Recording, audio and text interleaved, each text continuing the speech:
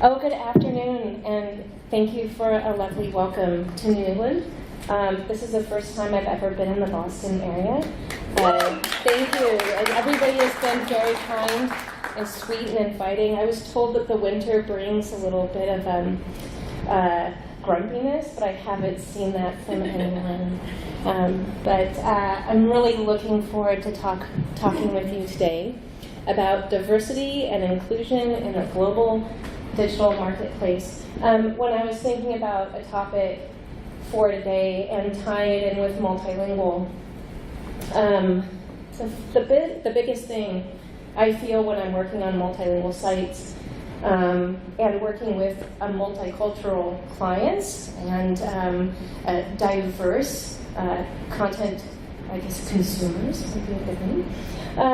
I really want to make sure that I understand meaning. It's not about language. Communication is about meaning.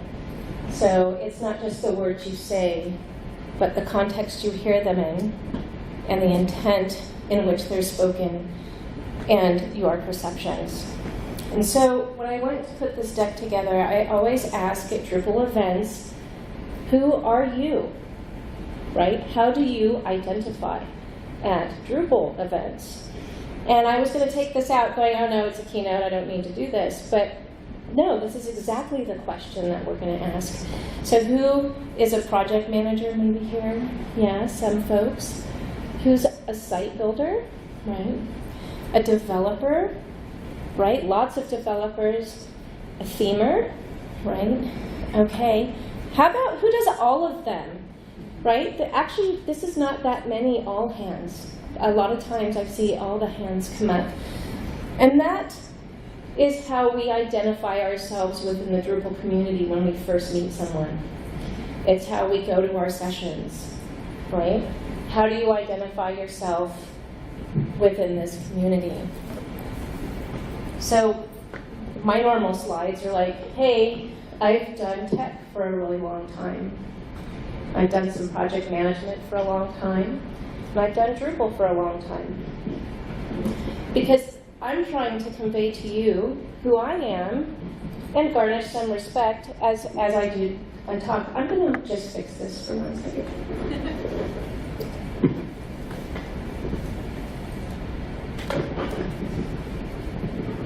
I might stand next to the podium. Can you guys hear me? Is it okay? Okay, lovely. All right. But this isn't about me. This is just an example of, like, I introduce myself and I identify myself within Drupal as I do tech, I do large-scale infrastructure, and I do project management, and I have a team of folks that are really great. My company identifies itself as a women-owned business that specializes in a lot of hard things, but we work primarily in Drupal. And I'm not going to talk a lot about that. This is all about just how do I identify me, and how do I identify the company within Drupal? So I'm going to ask another question. Who are you? Who are you really? But I'm going to answer this for you, because I can sit here and look at you, and I know that we're built with lots of different accesses of diverse information, right? A lot goes into who we are. Our race, our education, our sexuality, our abilities, age, gender, culture, language, right? All of these affect who we are. So I'm going to try to guess who I think you are. Isn't this a fun game? So I can look out to the audience and I'm like, well, I can tell pretty quickly that a lot of folks look male and a lot of folks look female. But I'm not sure if all of that data is correct, right? Because I see your gender, I perceive it, but I'm not sure if that's who you identify as inside. Now, my perception with limited data is probably really wrong if I were going to have an idea of who you are and brand who you are by just looking at you. here. And just getting the information that I see, it's like judging a book by its cover. Pardon the cliche, but it fits here. So I'm a tech person, so I should get more data about you to really understand who you are, right? And so that's where I should ask you questions, and I should actively listen to what you say, right? And that's diversity, right? The definition of diversity purely means variety, or a range of different things. But also people say it's the condition of having or being composed of different elements, right? There's not just one thing that makes up who you are. And so this is really specifically for people. So this is really the true range of human differences. And we are, as human beings, each a single representation of many, many different things. And I want to take away the meaning of diversity is not just a definition, right? The true meaning of diversity is important because it's not the state of being different, but it's noticing and recognizing and respecting the differences in yourself and others. So it's these strong words: respect, recognition, awareness. So diversity is an interesting thing, right? There are some things in the center of the wheel here, these aspects of diversity, that you can't really control, right? They're pretty like static. You can't change your age, although it does change over time. You don't really change your gender identity or expression, one doesn't. And you really can't change where you were born, where your national origin is from. So these things are unchanging type of traits, for diversity traits. But these outside rows, this outside ring, these things are much more transient, right? So this is your work experience. The things that influence your diversity when you were just out of college with your first job versus 20 years later into your career is a much, much different. It affects your perceptions, and it affects your experiences much greater throughout your lifetime. Right? Also, your level of education, your political beliefs may change. But what happens is, and all of these things they're more fluid on the outside. All right, so we have some fluid diversity traits that are around the outside of the circle. Hi, welcome. We're back on track. But anyway, I want you to just absorb that there's a lot of things that make us different. And often, different is scary for a lot of people. What do you think that is? Right? Because a lot of times, people just don't know what to say to someone that's different, right? Like, I don't know, hi would be a good first start, but sometimes people have a communication barrier just to break the ice with someone that might seem different from them. And this comes because the people don't know how to relate to others. Maybe they can't find that connection point, right? We are people that like birds of a feather. We like to be around people that we're familiar with because it's safe, it's comfortable. Different is scary, right? And differences can't really easily be compared, right? We don't want to say that we do this, but humans will often find comparisons because it's all about safety and Maslow's hierarchy of needs and having a social awareness of those around you. You can tell if someone or an environment is safe for you if it's very familiar, or it's statistically seeming more safe, so you have confidence, a perceived confidence about that difference. But really, a difference comes with a lot of societal baggage, right? And I'm going to talk about societal baggage in a second. But I wanted to say difference can be empowering, right? This is outliers, this is leaders, this is like thought leaders, innovation, everything, that difference can be empowering to everyone, right? Because difference brings new ideas. Difference brings different needs that one needs to solve. And difference brings change. So I'm going to talk a little bit about societal baggage because, you know, I'm from San Francisco, and it's kind of and Massachusetts. It's really an epicenter of understanding and inclusion. And a lot of times I'm like, what are these words this movement is using? How do we define that? That's why I'm starting with these definitions, because sometimes diversity to someone else has a different meaning than diversity to another. So we're just kind of level setting that. But there's some words that come along with this conversation of diversity and inclusion that has baggage. So first of all, there's this word privileged, right? Privileged is having special rights, advantages, or immunities. Who thinks privilege is a good thing? I'm raising my hand. There's some folks that are raising their hand who thinks it's a bad thing. Okay, so who's kind of having food coma, and that's okay, right? That's okay, good. I'm glad that we're honest and we're having this conversation. Privileged is okay to be good sometimes, right? And it's just a state of our social construct. This is the societal norms as we are. It's okay, but you just have to be aware. And I'm going to get into that because here I'm a middle-aged woman standing up in front of you saying that privilege is okay sometimes. We just have to know that it's okay, or that it exists. But also there's these words dominant traits of diversity. These are the most important, the most powerful, or the most influential, right? You guys have probably heard of this word. Then this word is oppressed, right?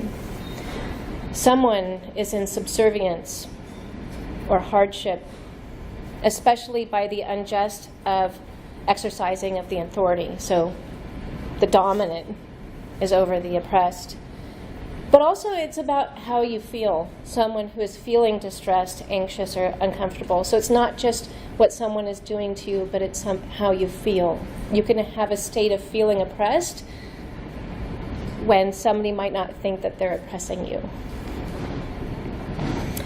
And this is not a super pretty chart, but there's these isms in society, and you probably have all heard them before, but this is just an example, a quick example of a matrix of oppression. And don't worry, this will liven up. This is like the darkest slide, I swear. So we have racism, right? And a privileged social group based on race is white people. There's border social groups where it's like, well, we don't know what pecking order. Are they dominant, or are they oppressed? Yeah, are they biracial people, right? But then there's targeted social groups that are targeted for oppression, and even targeted meaning it might not even be intended targeting, right? It's just the societal norms and the way the culture exists just keeps going, right? So that's how it is. But it doesn't mean that it can't change, right? So this is just a little topic of oppression. And so each one of those traits of diversity has a pecking order of dominant and oppressed characteristics. And those can change in context, right? You can be in context of a situation where you can be a white male person, and you seem that you're in a privileged state because you're a white male, but you might not speak the language of where you're at. So you might have a temporary oppressed situation. But this is interesting. But who actually just identifies with just one of these traits? Like if you were to say to yourself, to describe yourself, who identifies with just one trait? Probably no one. Everybody's shaking their head. That's good. Good, because reality is this term that's being used called intersectionality, right? And intersectionality is the idea that these social identities, that these related systems of oppression or domination or privilege or discrimination are not just singular traits, right? You have multiple traits that intersect to create your total identity, right? So, for example, and most people will have many, many more than two. So, for example, instead of Rosie the Riveter being a white woman, these are women. So their gender trait is women. We have a black woman. We have, I can't tell, right? This is a book and its cover. I don't know if it's a Latina woman, but we have one woman wearing hijab, so she may be Muslim here. So this is inclusion, and this is an example of intersectionality, right? I am not just a woman. I am not just a white woman. We are all ourselves diverse in our very many layers of traits, and this kind of ties into inclusion. So I'm going to ask you then, one more second, who are you? And I'm going to explain a little bit of my intersectionality, and I did a little bit before, because I cannot tell you what yours is. So I'm going to explain to you a little bit of mine.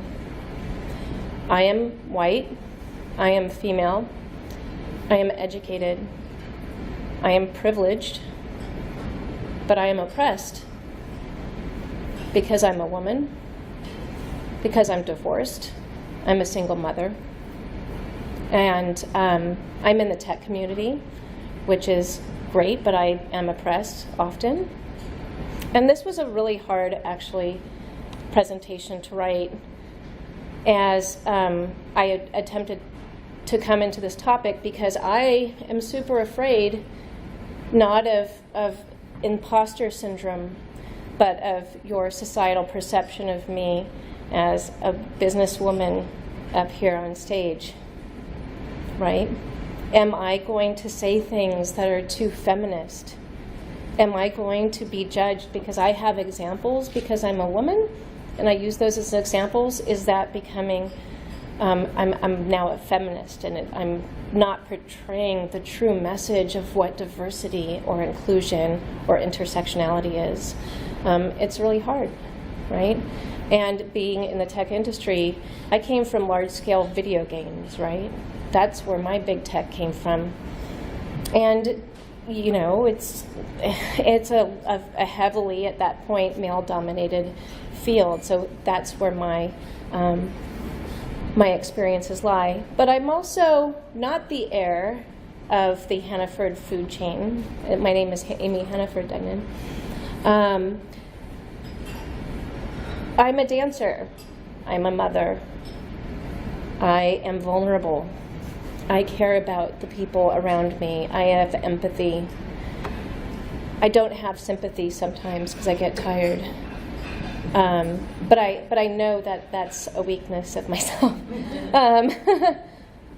But there's a moment where you have to address each one of those traits of diversity and know who you are. And there's this moment of awareness. You also have to know when you are privileged. This is a great cartoon. This is fantastic. So you can see these very frustrated or hurt shapes standing outside of the square hole, or the round hole. And they're like, and the guy's on the other side of the wall going, I don't know what you guys are complaining about, right? Why are you so angry?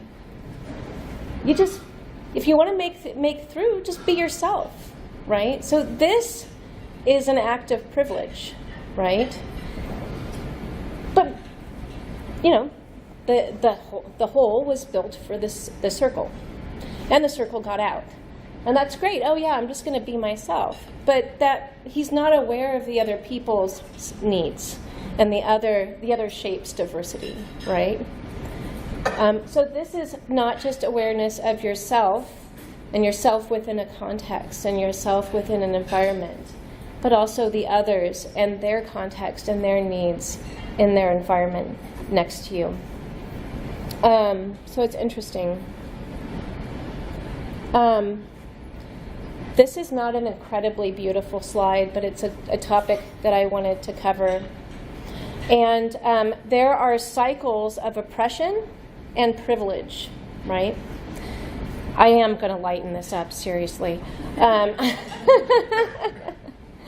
Right? So basically, folks that are privileged have more power. And folks that have more power, they also end up getting more opportunity. And they create a system that helps proliferate their power and their opportunity. Because it makes sense, right? Hey, I'm going to make it better for me to make it better, right? And what happens is it's called the privilege cycle, right? So the privileged keep getting privileged, and it's very hard for the oppressed, a minority group or anything, to actually interject into this cycle. And often, the people that are oppressed that have to interject in this cycle, they have to take on traits of the privileged group that they may not like, that they may feel that are very non-inclusive or oppressive, right? They may have to take on those traits just to succeed in this privilege cycle. And so what happens, and this is like in medicine, they have this thing called the pain-inflammation cycle, right? The more pain you get, the more inflamed you get. The more pain you get, the more inflamed you get. And to stop that cycle, you have to interject. You have to make an intervention. You have to take an Advil, right? But this, you can't just take an Advil for, right? This one, you have to have systemic change to make sure that this cycle changes. So as you take a look at who you are, and how you identify, are you privileged? Are you oppressed? Are you a combination of both within certain communities? You want to use your power for good, and that's why privilege isn't always bad. If you have privilege and you are an ally to others, you can help influence change in that cycle. That is why privilege isn't always bad. Privilege is sometimes opportunistic for good and positive change. But that person has to be aware that there needs to be a change, right? So let's talk a little bit about inclusion. It's the action or state of being included within a group or structure. And there's this wonderful slide. I mean, we've all heard about the civil rights movement, right? And at the bottom, you can see kind of an evolution of what our civil rights movement looked like. At first, we started with exclusion. Don't let any black people, actually, don't let any non-white people into our schools. Don't let them anywhere close, right? Then there was segregation. Sure, you can have schools, but they're separate, right? So exclusion is you can't have any. Segregation is sure you can have some, but stay over there, right? And then you can try integration. Integration's like, cool, why don't you guys come in to this brick wall that has a circle. And I know you're a triangle, and I know that you're a square, and I know that you're a hexagon, but just come into this brick wall with a circle and just follow by the circle rules, okay? That's integration, right? There's nothing being done in the current system to help change the system for people coming in. And it's interesting, and inclusion is very hard to obtain, and it's something that actually keeps going over time. You never, ever get to a point where you're full inclusion, right? It's something that has to be cultivated. All right. And also integration, if you can get close to integration, it doesn't automatically think that it's gonna beautifully morph into inclusion, right? You can get stasis points at any one of these places. But you have to be really careful that you don't have assimilation. We are bored, right? Because what happens is sure, come in, we're being inclusive. You have to shave around your triangle tips to get through the circle wall, the circle hole on the brick wall. That is not inclusion, right? Inclusion is including people of different backgrounds and different needs within the ecosystem and changing the system around it to address all of people's needs, right? And this is really hard for us to do without thoughts I'm saying don't be the Borg, but our humanity, the social norms that we've been bred in for so long, it actually creates biased behavior and we don't know it, right? So I cannot pronounce these words. Homogeneity, yeah, and heterogeneity. Yeah, it's all right, I needed more coffee or less coffee? So basically, homogeneity is the composition of the same parts. All right, so who has heard of this programmer culture? I'm from San Francisco, I see it all the time. This is not a feminist remark. This is Silicon Valley, the TV show, right? People will hire in circles that they are familiar with, right? So the white male dude hires another white male dude in the tech community because that's who they know. And sometimes that's not on purpose, right? So sometimes it is, but sometimes it's not on purpose. That's just where their sphere is, or their sphere of knowledge, right? But this is not always good, right? Because bringing different ideas into the mix and bringing different needs, it actually is a huge improvement to your work environment. And this heterogeneity,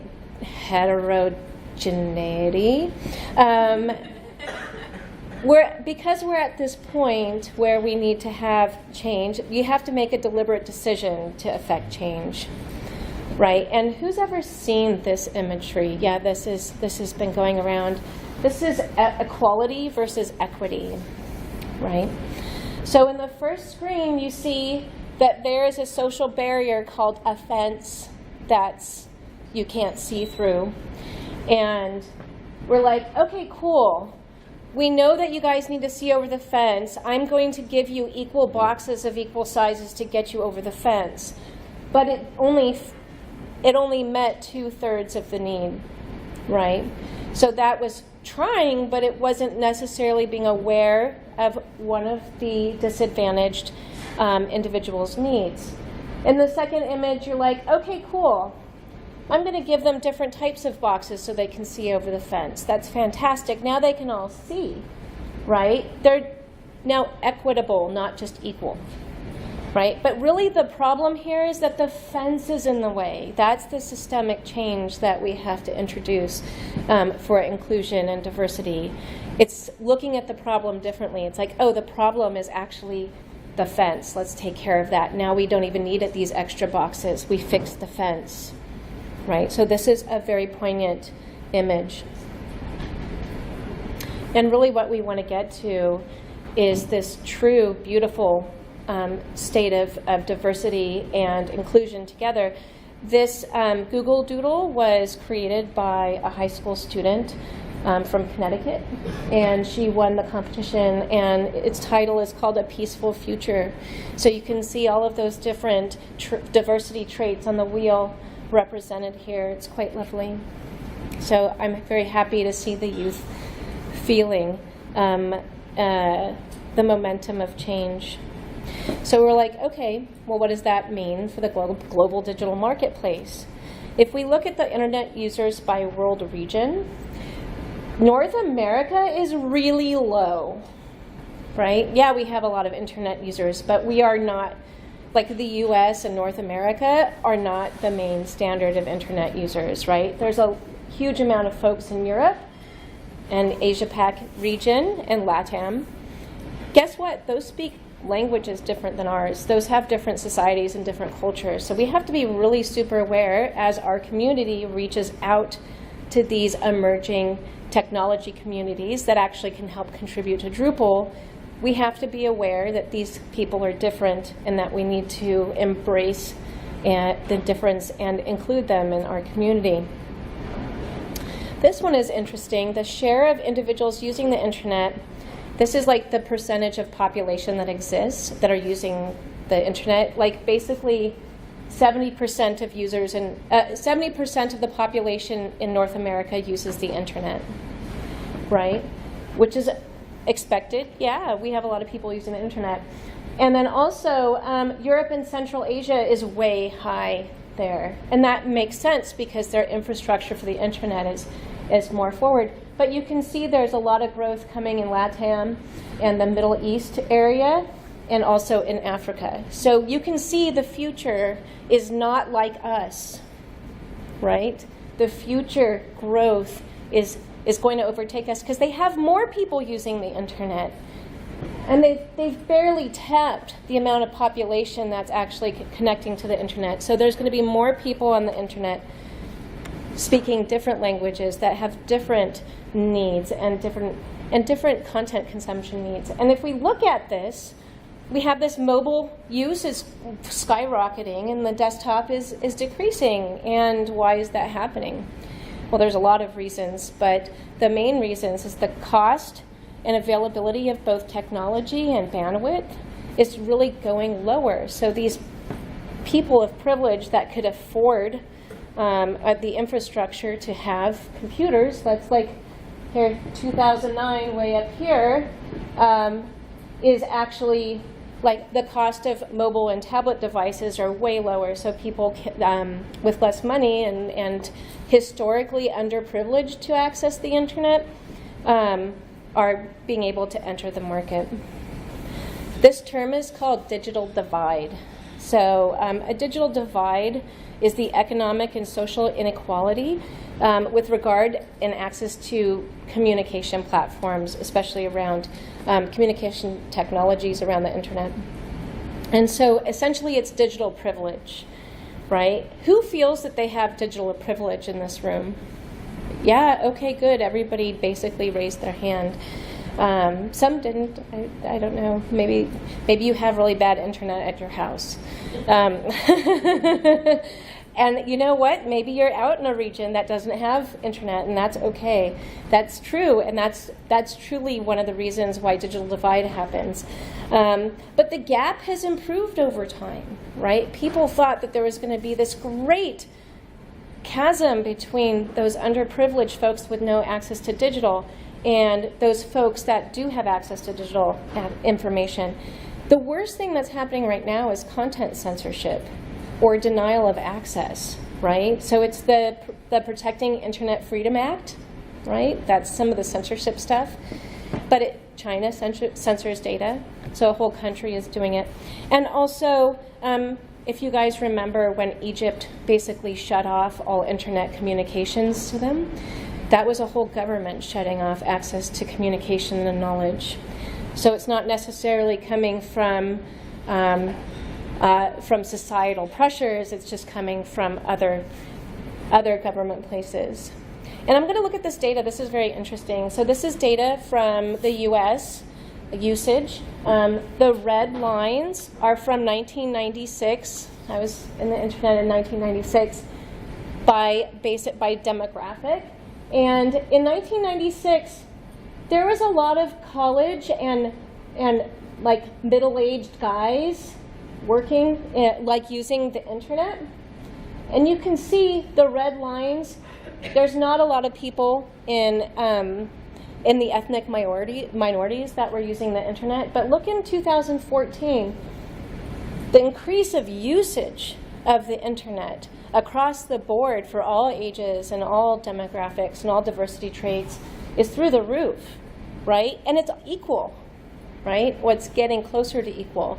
So what's happened is like the internet is actually helping the inclusion issues, not breaking them apart. And so you're like, why does that matter to Drupal? Well, people have to consume content in some way, and Drupal is still the third largest platform. It's 4.8% of the internet. And what's interesting is all of these other platforms, they're either getting content out for content consumption, that's WordPress is primarily, Joomla, which is kind of a morph between Drupal and WordPress, but it has some richer capabilities. But really, people are getting information out and selling product, right? So what does that mean for us in Drupal? We'll get there in a second. But also, there's some fantastic digital innovations in the marketplace. Who has used Google Translate app? Oh, gosh, that's fantastic. Thank goodness. Yeah. Did it work well for you? We have lots of nodding. Thank you. Well, this is where the digital divide, this is great. This is actually great. So this is a pure example of the internet improving the world. But we had to get up to a point where the digital speeds are fast enough, the AI and the machine learning was good enough, and the devices were more powerful enough to actually do this real-time data analysis, translation, and then delivery back to the system. Who's been working in the internet for longer than 15 years here?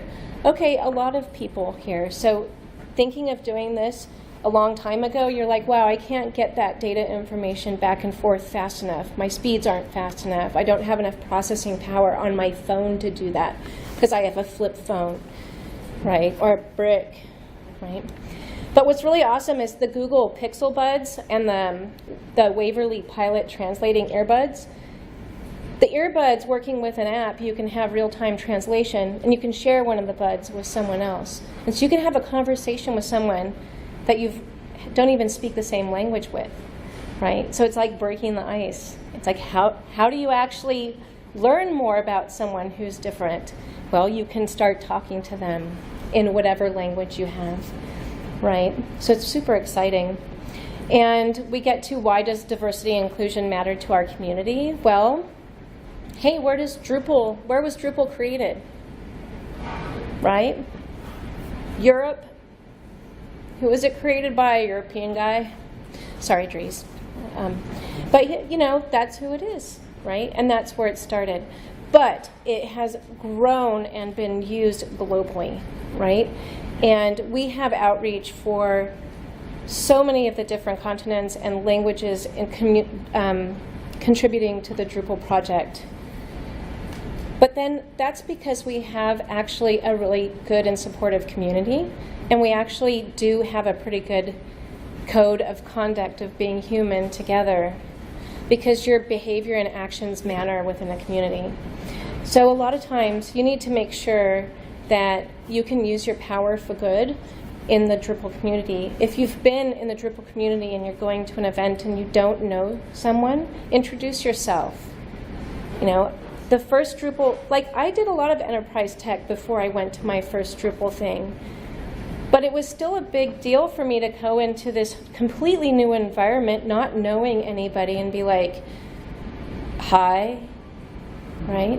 But if it wasn't for the people that were so friendly in the community that invited me in and included me, regardless of my sex, regardless of my past experience, you know, they brought me in. That was fantastic. So your behavior and actions matter. And sometimes you just don't know what the right thing to do is, but if you're being a good human, you can ask what the other person needs and actively listen to them. Then you'll be able to help them. And this also comes down to actually working within issue queues, working at sprints, being in a session where you can help someone sitting next to you dealing with a problem. And be aware that communication is beyond language. All of those the intersectionality, all of those traits that build each other, or build ourselves, we bring to the table when we're communicating with someone else. But that other person is also bringing their life and experience to the table, so we have to be really aware of that. And we have to talk about change first, but we also have to live change. And you have to figure out what part of change you want to actually execute. So if you actually, here's an equation, because I actually do a lot of infrastructure and programming. Active listening plus considerate communication plus intent equals empathetic actions. It means be nice to each other. Think before you say something about what your words mean, and make sure that you have a clear intent. I'll move it, sorry. And it sounds pretty easy, right? But it's not. Change is a process, and it's ongoing. You have to find your intent to improve the environment. And behavior change takes time. And we do this because we make this change because we care about the people around us. And I want to just be really strong that I am not like a PhD in social psychology. I am doing this as a business owner, and I'm doing this as a person. This research and extension of inclusive and diversity behaviors within the business, and but we are all probably not specialist inclusion and diversity, but together we can actually make good positive change, and we're all learning together along the way. And my personal story about when I decided to make the change was I was 23 years old, and I just started working in electronic arts, and I was responsible for the global email systems. It's like 25 global remote places when it's like on Windows, Microsoft Exchange, and barely NT. So it was a long time ago, and it was a rough environment. And the company was supportive of learning. The company was supportive of things, but there was middle management, some that weren't, right? And then there were some middle management that were very supportive of improving my place. And it's not even like, did I try to get a bigger job or whatever? It was like, oh, I need to be equal to those people around me. Like, I have more experience than these people, but they're getting paid more than me. Why? Right? So I was dealing with that environment very early. And as I went through it, I said to myself, I want to make a place that's safe and better for people to work at some point. I want to execute that change, and that's where my professional drive went. And I could have done it by going through the enterprise, like middle management way, or I could have done it in a way that I can control a little bit of that societal baggage and get rid of it. And that's why Kristen and I got together and we created our business. We wanted to make a place where we could work better together in a nicer human way. So it's those decisions that you make every day, and it's how you treat your team members, and it's how you, it's supporting education, it's supporting who they are, and being an ally for those that need help. That's why we work so hard to work with the community and donate a lot of our time so we can make sure more people in the Drupal community can contribute. It's really fantastic. But really, what I want to say is, yes, we can. We can do this together. And that is the message. So that's it.